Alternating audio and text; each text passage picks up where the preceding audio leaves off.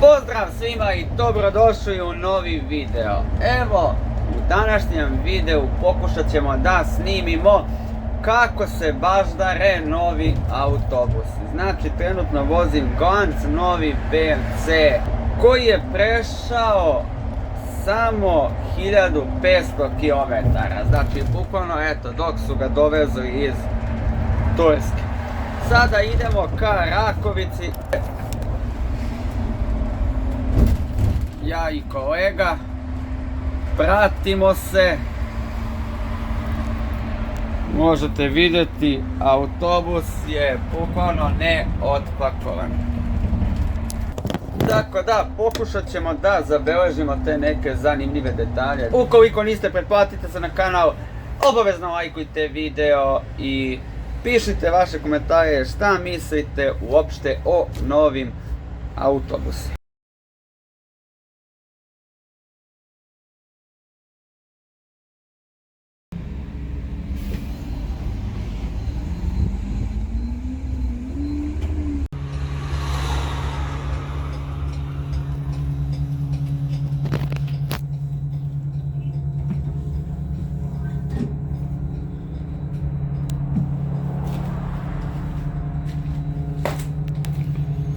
Evo, možete da vidite, znači sve je Glanc novo, još je u najlonu i ovim sunđerima, retrovizori zaštićeni, sve je Glanc novo. Malo ćemo proći tu po njemu da vidimo otprilike šta je isto kao na starom.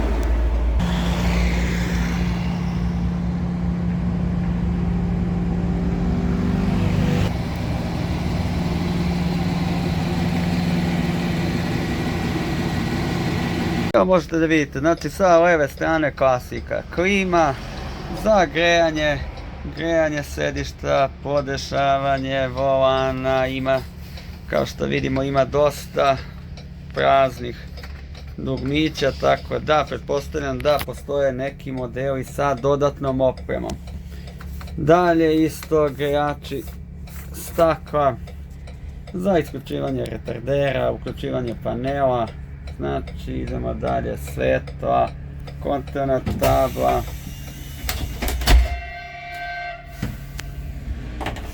Jedna zamerka, ovaj kilometar sat, ili što bi stari ljudi rekli cajger, jako loš.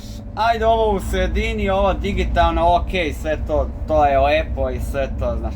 Ali ovo kao na nekom jugu, znači kad sam vidio prvi put kao jugo.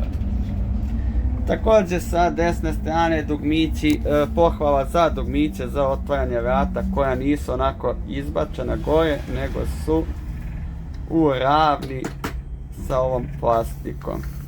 Dugmići su poput i veka što smo snimali. Razlika između onog prvog jutra što sam snimao i ovog, evo vidite u ovom ovdje panelu ili tabletu ili ekranu, kako god hoćete, to su novi, znači ista je funkcija kao i ova iza, ne znam da ću moći sve snimim, znači sve je isto, vozač se prijavljuje, tu je navigacija i sve ono standardno što piše na vozačevim tim validatorima ili panelima, kako hoćete. Tako da eto, vidite. Za razliku od prethodnih modela, ovaj ima kameru i za vrata. Znači, kao neka zamjena za retrovizor ili pomoćnik neki retrovizoru da možete da vidite šta se dešava, ali ipak retrovizor je ništa bez retrovizora. U kabini imate stvarno dosta mjesta. Znači, ja isto da bi ovo dovatio, moram da se nagnem. Tako da, eto, vidjeli ste dugmići, zanimljivi, ima dosta praznih, nema veze, dugmići za otvaranje vrata, pohvala. I kao što možete vidjeti, novi gasni autobusi stižu u sve većem broju. Od danas pa nadalje oni će biti parkirani u Lameli 1 sa moje desne strane i Lameli 2 sa moje lijeve strane, naravno po broju parkinga, po garažnom broju. Znači svaki autobus ima svoje parking mjesto. Evo vidite na primjer, evo 93706 parkirno mjesto 13, parkirno mjesto 14, 93707, zatim 15, 93708. Znači svaki autobus ima svoje mjesto. E sad, što se tiče... I na kraju da sumiramo utiske, otprilike ste vidjeli kako izgleda autobus, možete ih vidjeti i na ulicama. Znači autobus je glanc nov i stvarno je utegnut, nema šta, znači novo je novo, znaš. E sad, kabina je znatno veća od Solo BMC-a. Znači lepša je i veća i dugmići su mi zanimljiviji otko znam. Posjeća me jako na onog Iveka. Iveco ima tako slične dugmiće. Ko nije video može vidjeti moj video kad smo predstavljali Iveka. Tako da na putu se ponaša super. Znači stvarno, ok, nov autobus, ne može on sad da ne može dođe izakan. Znači stvarno preko ležećeg samom amortizar čuješ kako šišti onako znači milina za vožnju, znaš. Sad, uglavnom dobijam komentare da kažu ma BMC kanta ovo ono, a u svakom videu kažem i opet ću da ponovim, morate biti svesni gdje mi živimo. Znači ovo nije Njemačka, Švajcarska, ne znam šta, pa da mi možemo da kupimo sve Citaro autobuse. Mislim, čoveče, koliko košta jedan Citaro, a znaš ono je sad. Kažu, vidjet ćemo ga za 5 godina.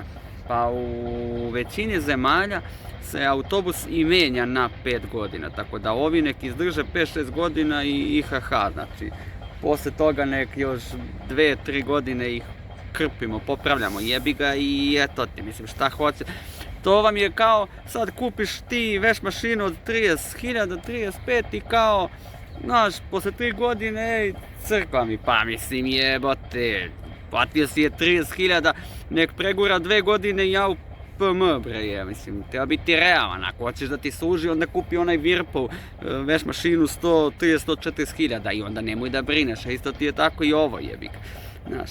Tako da ne treba baš to gledati, treba biti realan i znaš ono, znači samo pogledajte, znači,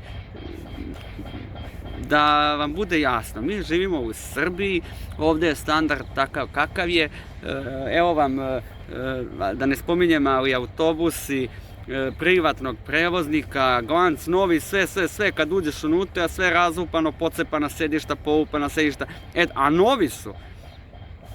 To je ono što ja pričam, možemo mi da kupimo i da naručimo Porsche, da nam napravi 200 novih autobusa, znači ovo je Srbija, i treba biti realan, znači, znaš, pusti to ka, turska kanta, ono, tako da. Druga stvar, uporedite sa, eto, recimo sa vašom porodicom. Da li sve vaše porodice, znaš ono, svačija porodica vozi Brabusa? Da li ga vozi? Pa ne vozi, zašto? Pa jednostavno svaka porodica ima svoj budžet, znači imaš neki budžet i, ček da snimimo samo Ikar.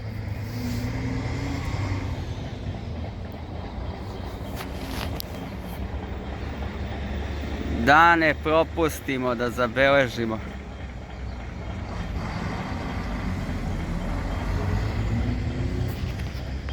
Znači svaka porodica ima neki svoj budžet i ti u sklopu tog budžeta voziš kola. Znači što je, ne bi volio ja da imam Brabusa i ova i ona, svi bi vozili Brabusa, evo hoćeš dupe, što ga ne vozimo svi. Znaš, i sad ja kupio, ne znam, Škodu, razumeš, i sad neko kaže, Škoda se anjao, pa mislim čoveče, ja da imam, ja bi kupio Brabus. Znaš, tako da treba biti malo realan.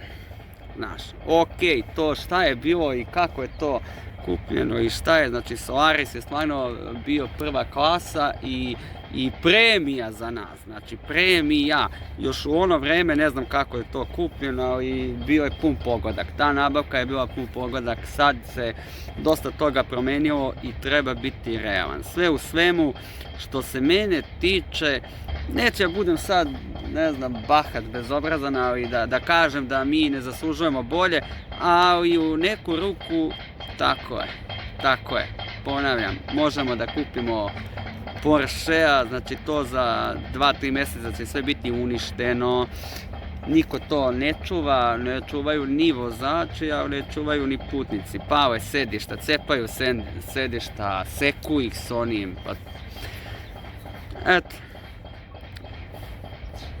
Da, što se tiče manu bih rekao onaj kilometar sat.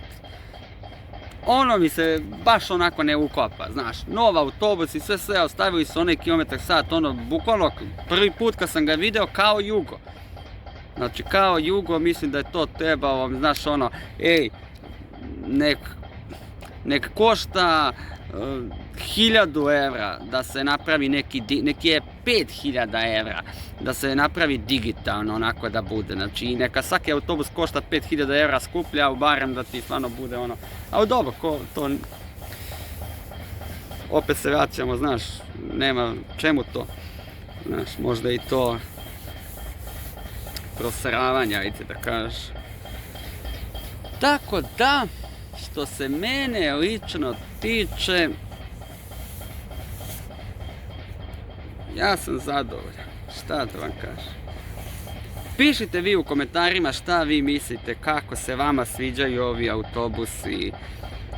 I svi što pišu turska kanta, molim nemoj da mi pišeš turska kanta, nego mi reci zašto. Znaš, daj konkretan primjer, obrazloži to tvoje, znači nemoj ono, svi pričaju samo to, turska kanta i to je to, napišiš šta, ali opet, vratite se na ona dva primjera što sam malo pre rekao, znači morate biti svesni gdje živimo i da je i ovo za nas jebika.